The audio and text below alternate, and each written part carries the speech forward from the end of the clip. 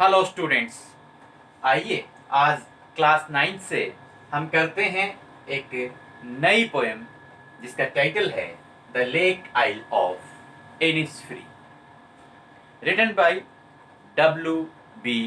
Yeats, William Butler Yeats. Students, जब हम इस पोएम के टाइटल को देखते हैं तो हमें काफी हद तक ये समझ में नहीं आता। सबसे पहले हमें ये पता होना चाहिए कि ये जो पोएम है और इसका ये जो टाइटल है, शीर्षक है, इसका क्या मतलब है। देखिए, W.B. Yeats was born in Ireland. W.B. Yeats का जन्म आयरलैंड में हुआ and he spent his boyhood in Sligo. Now, what is Sligo? Sligo is a beautiful seaport. एक समुद्री पोर्ट है, बंदरगाह है। थोड़ा आगे चलते हैं। अब इनिसफ्री क्या है? Innisfree is an island in a lake near Sligo. Innisfree एक द्वीप है जो झील के अंदर है, झील के बीच में है। और झील कहां है? स्लीगो में है। आपको समझाते हैं। This is Ireland, this is Sligo, this is the lake and this is the island that is Innisfree. यानी कि झील के अंदर पाया जाने वाला आइलैंड जिसका नाम है इनिसफ्री। स्लीगो नाम की जगह पे ये है। ये तो आपको समझ में अब आगे होगा। And that place is full of natural beauty. प्राकृतिक सौंदर्य से ये भरा पड़ा है और इसकी जो नेचुरल ब्यूटी है that has a very much deep impression on the mind of W.B. Yeats. और ये सारा का सारा जो गहरा प्रभाव है, डीप इम्प्रेशन है, जो इस जगह की प्राकृतिक सुंदरता ने W.B. यीट्स के दिमाग पर बनाया है, वो उनकी सारी क्रिएशंस में, सारी पोएम्स में कहीं ना कहीं देखा जा सकता है। अब ये जो पोएम है ये W.B. यीट्स की होम सिकनेस के बारे में है। उन्हें अपने घर की याद आती है। याद क्यों आती है? कि उन्होंने अपना बॉयहुड जो है, लड़कपन है, वो यहाँ इनिसफ्री में, the lake isle of Innisfree में, स्लीगो में बिताया था। But he had to move to London with his family. उन्हें अपने परिवार के साथ, फादर मदर के साथ लंदन जाना पड़ा और उसके बाद वो वहीं रहे। सो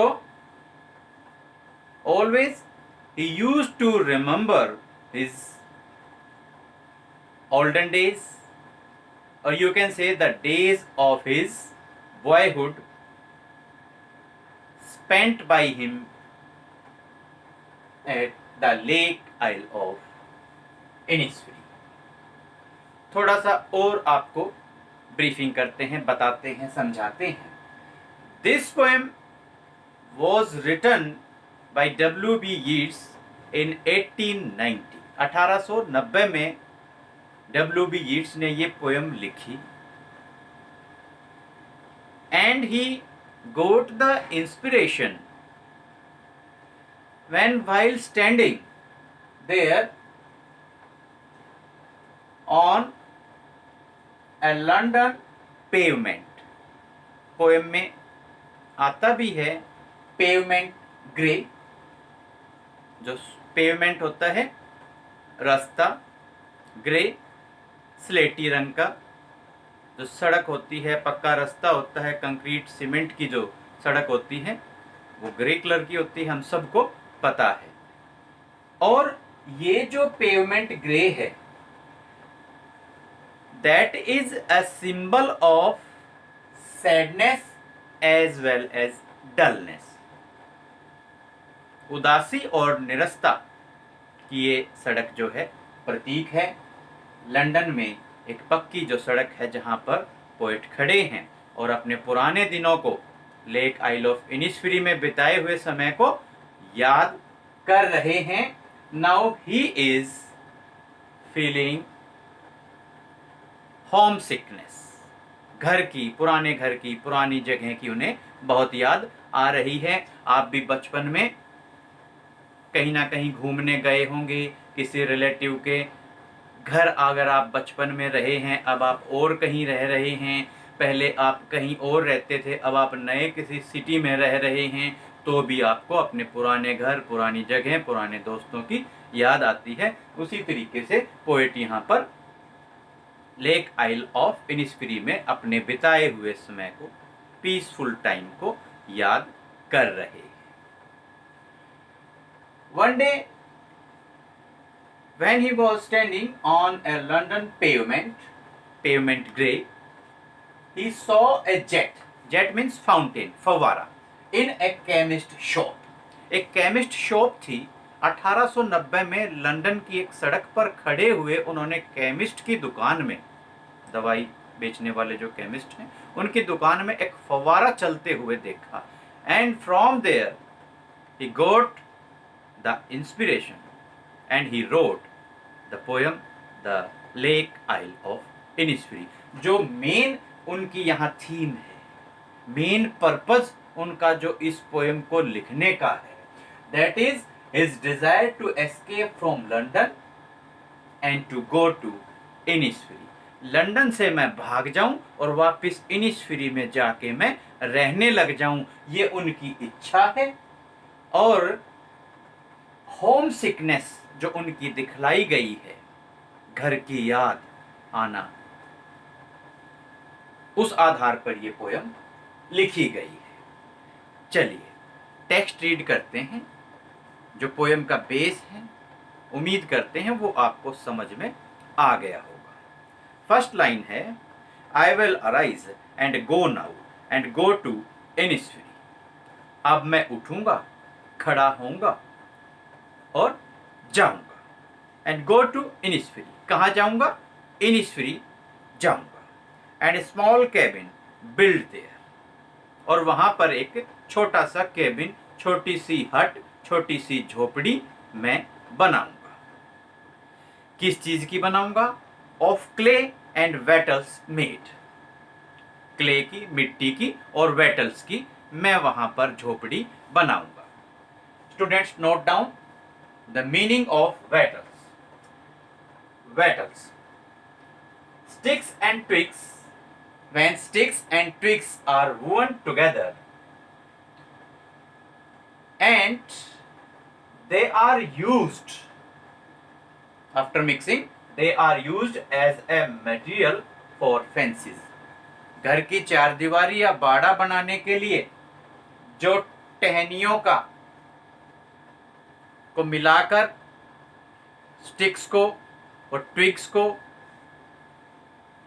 ब्रांचेस को, इनको मिलाकर जब हम किसी घर का बाड़ा बनाते हैं, एक किस्म से उसकी फेंसिंग करते हैं, चारदीवारी बनाते हैं, उसको वेटल कहते हैं। तो वो कहते हैं कि मैं क्ले और वेटल से एक वहां पर केबिन बनाऊंगा, छोटी सी झोपड़ी बनाऊंगा, और उसके साथ में एक काम और करूंगा। 9 बीन रोज, सेम की फली, will I have their. 9 lines में, 9 लाइन्स में, 9 पंक्तियों में सेम की फली मैं उगाऊंगा। और वहां पर एक काम और करूंगा, a hive for the honey bee, मधुमक्खियों के लिए एक छत्ता मैं वहां पर बनाऊंगा, and live alone in the bee loud glade, और वहां पर मैं अकेला रहूंगा। और यहां पर एक और वर्ड मीनिंग है ग्लेड। ग्लेड का मतलब है ओपन स्पेस इन फॉरेस्ट, जंगल में खुली जगह। जंगल में खुली जगह होगी, वहां पर शांति से अपना जीवन बिताऊंगा। So the poets wants to go to Innisfree, he wants to build a cabin and a hive for honeybees, and he wants to grow beans, 9 bean rows, 9 पंक्तियों में बीन वो उगाना चाहते हैं। And he wants to lead, और you can say live a peaceful life there, वहां शांति से अपना जीवन बिताना चाहते हैं। फर्स्ट स्टेंजा हमने कंप्लीट कर लिया है। ये 2 वर्ड मीनिंग हैं, there are 2 difficult word meanings, इनको आप ध्यान से लर्न कर लेंगे। सेकंड स्टेंजा करते हैं, and I shall have some peace there, वहां मुझे कुछ शांति मिलेगी। For peace comes dropping, dropping means falling, क्योंकि जो शांति है वो गिरती है। Slow dropping from the veils of the morning, slow dropping from the veils of the morning, कि ये गिरती है, शांति जो है बरसती है, गिरती है। कहां से?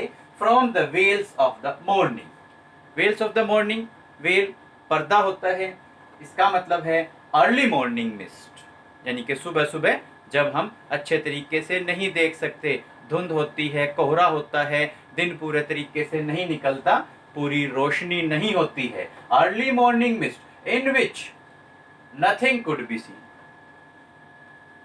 सुबह के समय जो मॉर्निंग मिस्ट होती है, जिसमें हम सब कुछ अच्छे से नहीं देख पाते, वहां उस समय शांति बरसती है।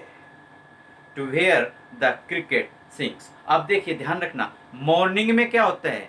क्रिकेट सिंग्स, क्रिकेट होता है insect, cricket is an insect, खेलने वाला क्रिकेट नहीं है ये, दैट इज एन इंसेक्ट, इसको बोलते हैं झिंगुर।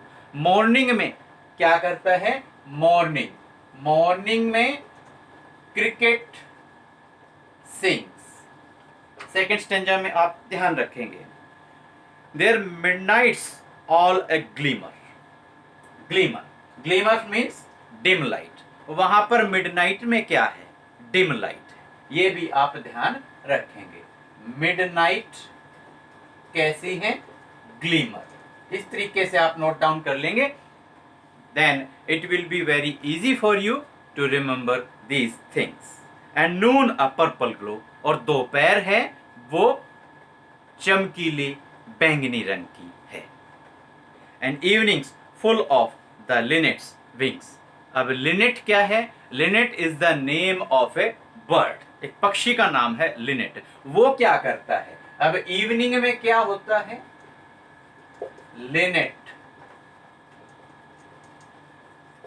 सिंग्स। देखिए लिनेट जो वर्ड बर्ड है, इसकी 2 क्वालिटी है, that is a small bird and it sings sweet songs, मधुर गीत गाता है, और छोटा सा पक्षी है, ये शाम को वहां पर गाएगा। मॉर्निंग में जो क्रिकेट है वो गीत गाएगा, क्रिकेट सिंग्स, और इवनिंग में लिनेट जो बर्ड है, लिनेट विंग्स, वो अपने पंखों को,